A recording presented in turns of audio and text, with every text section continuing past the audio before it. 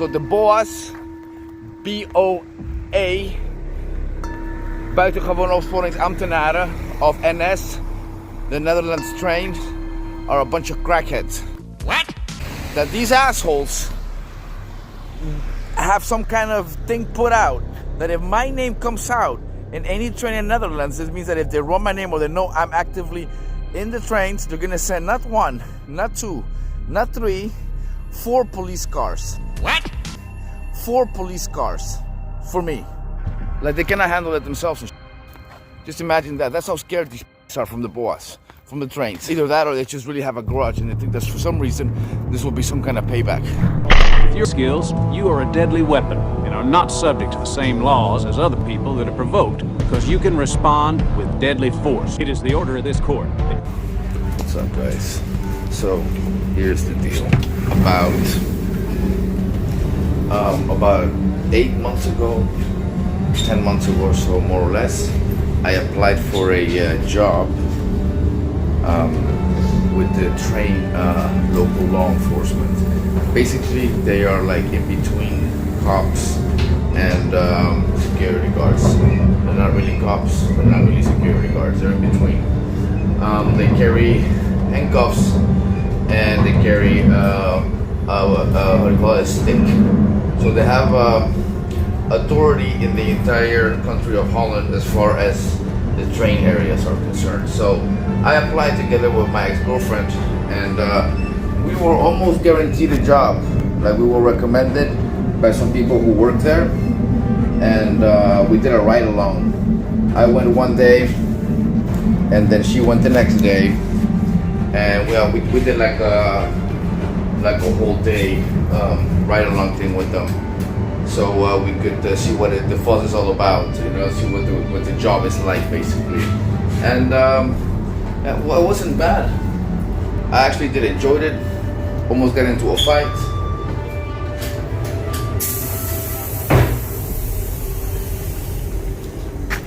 And basically now I am in Steenwijk. This is the town that my grandpa's from. My entire Dutch family is from here. That's the Steenwijk door behind me, the tower of Steenwijk. And anyways, when I went to this job interview, everything went good. The ride along went fine. But then after the ride along, we had a meeting with the person who we talked to. That takes basic questions that, you know, do you have a criminal record or not? Have you ever done this kind of job before or not? Do you have a problem using violence or not, etc., etc., etc. So then basically that meeting went fine. I told them what they wanted to hear, and then we're gonna have a second meeting on the phone, like a type of Zoom meeting. And then in this one, my girlfriend did it first, and she got a person that was just very difficult. She was just not listening. Like, for example, she asked a bunch of questions like, why do you want to work, you know, in the train? Why not local law enforcement? Because there's also local law enforcement. They don't carry guns, but they're like the same type of law enforcement that these guys in the train. Why not local law enforcement in the city? Why not the actual police? Why not this? Why not that?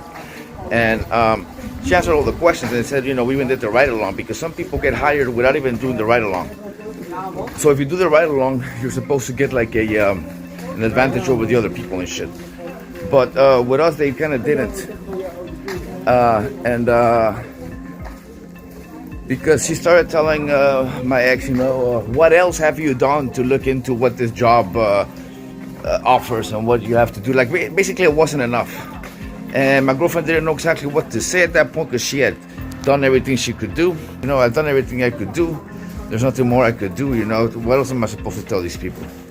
So basically, she didn't pass the meeting, and they were supposed to make another meeting soon, like reschedule the meeting and make another one, so she could actually maybe pass it. But then then it was my turn, and she tried the same shit with me, asking me all these dumb questions and stuff. And then when I answered her, yeah, we did the ride along, I did this, I did that, she was like, well, what else have you done? Like the exact same questions, the exact same way that she was acting with my girlfriend, she was acting with me. Almost as if she had some kind of rule set on exactly what to say. Like as if she does it the same every time, no matter what you answer the bitch. So I decided that I wasn't gonna put up with it.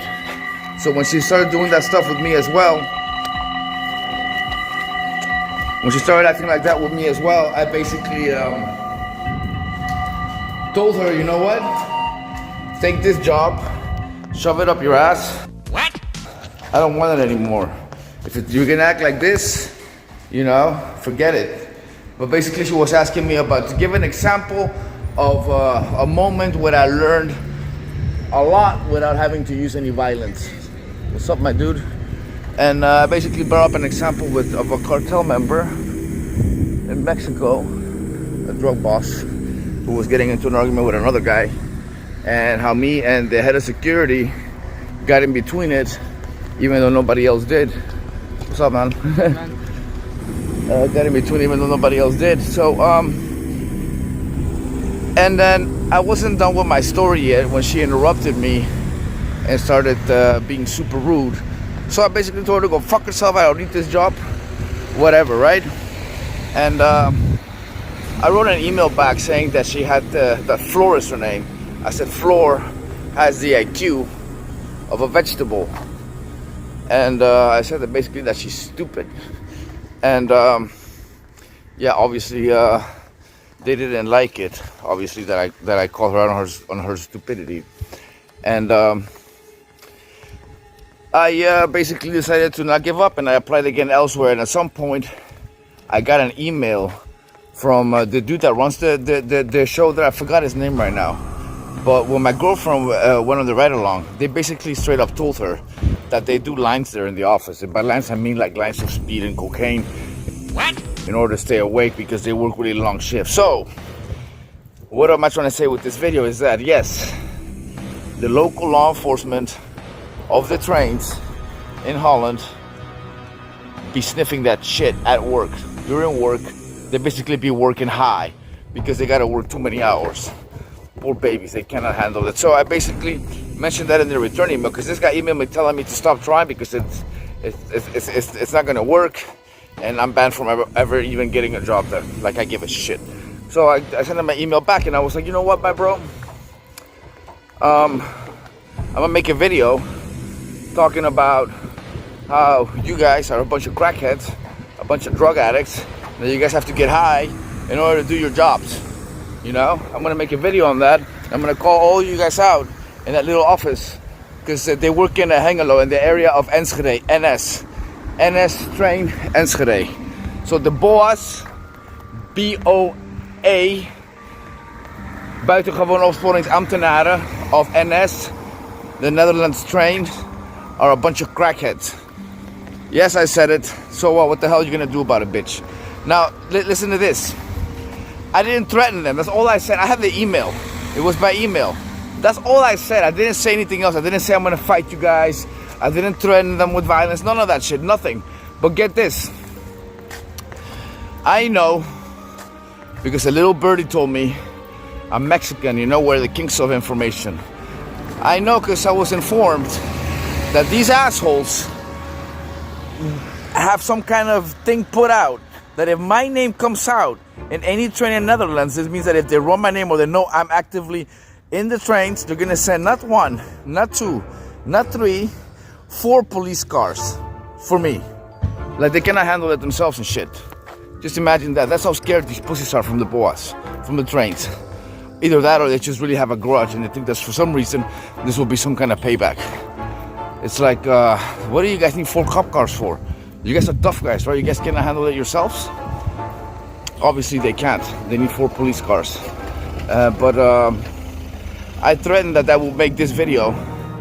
Although I wasn't really gonna make this video. I just threatened that I was gonna make it. But since they're acting like dickheads and talking about sending 4 police cars out to get me when I'm in the train, then I figured, fuck them. I'm just gonna make this video, and what are they gonna do about it? Nothing. You'll do nothing. That's what you'll do. But I do think it's a little ridiculous and exaggerated that they took it to that level, that to say that I threatened them. How is that threatening? I mean, it doesn't, it's bullshit. But yeah, so I was curious, right now, when I was walking in the train, if they would notice me or say something, or actually call those 4 police cars for this dangerous fucking Mexican. But they didn't. And I actually ran into some of them. I don't know if they recognized me, but I ran into some of those guys. And nothing. I used to come here as a kid. The movie theater. Steenwijk. I grew up in this town. Yeah. In fact, I used to live over there as well. But yeah. Anyways. The level of ridiculous is amazing. Hi. Alles goed? Yeah, so now going walking. Gonna visit my mom. She actually got hit by a car a couple of weeks ago. She's okay. She only dislocated her shoulder. It's broken, dislocated. And yeah, I came to visit her. That's why I had to take the train. And I decided to make this video once I realized that I actually got here safely. Hello. So I had to make this video. Once I got here safely, I figured I'll make this video. So yeah, didn't get into anything. But yeah, I almost wanted to, I'm not gonna lie. You know, this is a ghost town at this hour. This town used to be really nice. I mean, it's still a nice town, as you guys may see. It's really clean and everything's spotless. But it's just dead. It's really a ghost town. A lot of things closed here. You know, we had a club, we had different bars, different things. But a lot of it, unfortunately enough, has closed.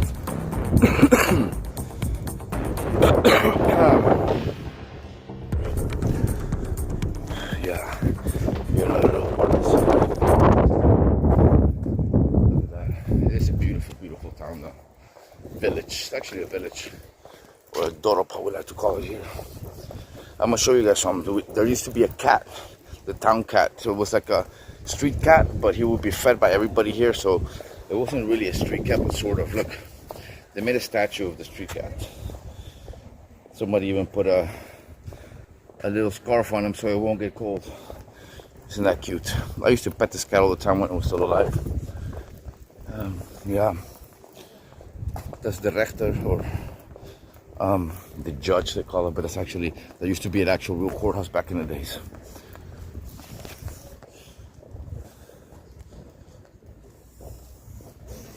Yeah, so it is definitely a town that has this little charm.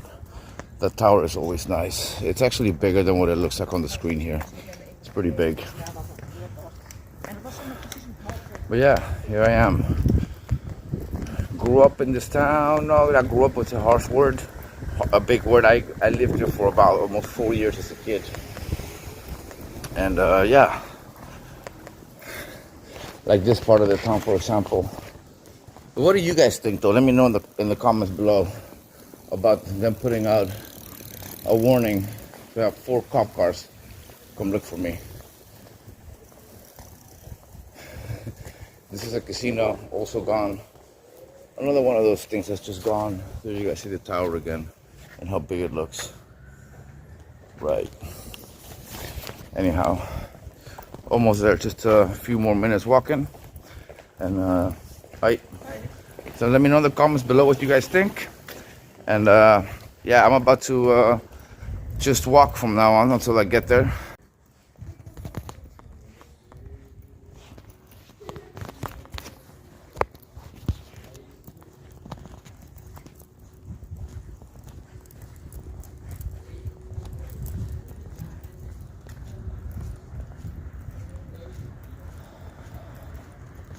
I come here with my dad all the time. It's a Italian place. Really good pizzas.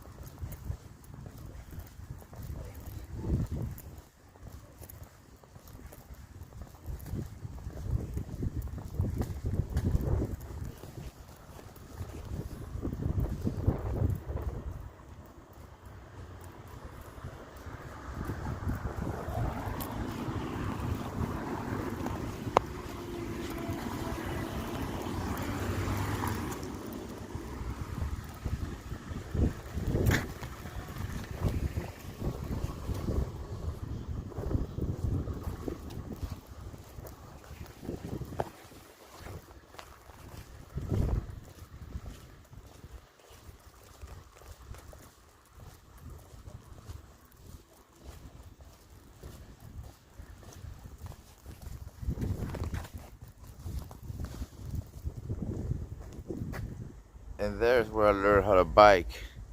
Well, the image is really bad. Let me see. It's a little better. Different frame. Just the lighting just really looks bad at night for some reason with this phone. And my battery's almost finished.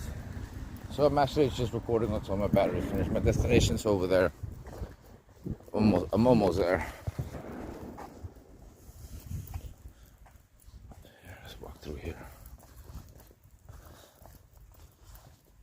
Walking in the dark. There's a little parking lot down there.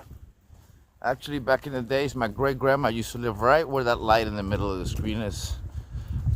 Before they turned this place into a parking lot here in front. It used to be a parking lot, but not like this. It was like a tiny parking lot with like a nature thing in the middle, like a little tiny mountain with nature and bleachers.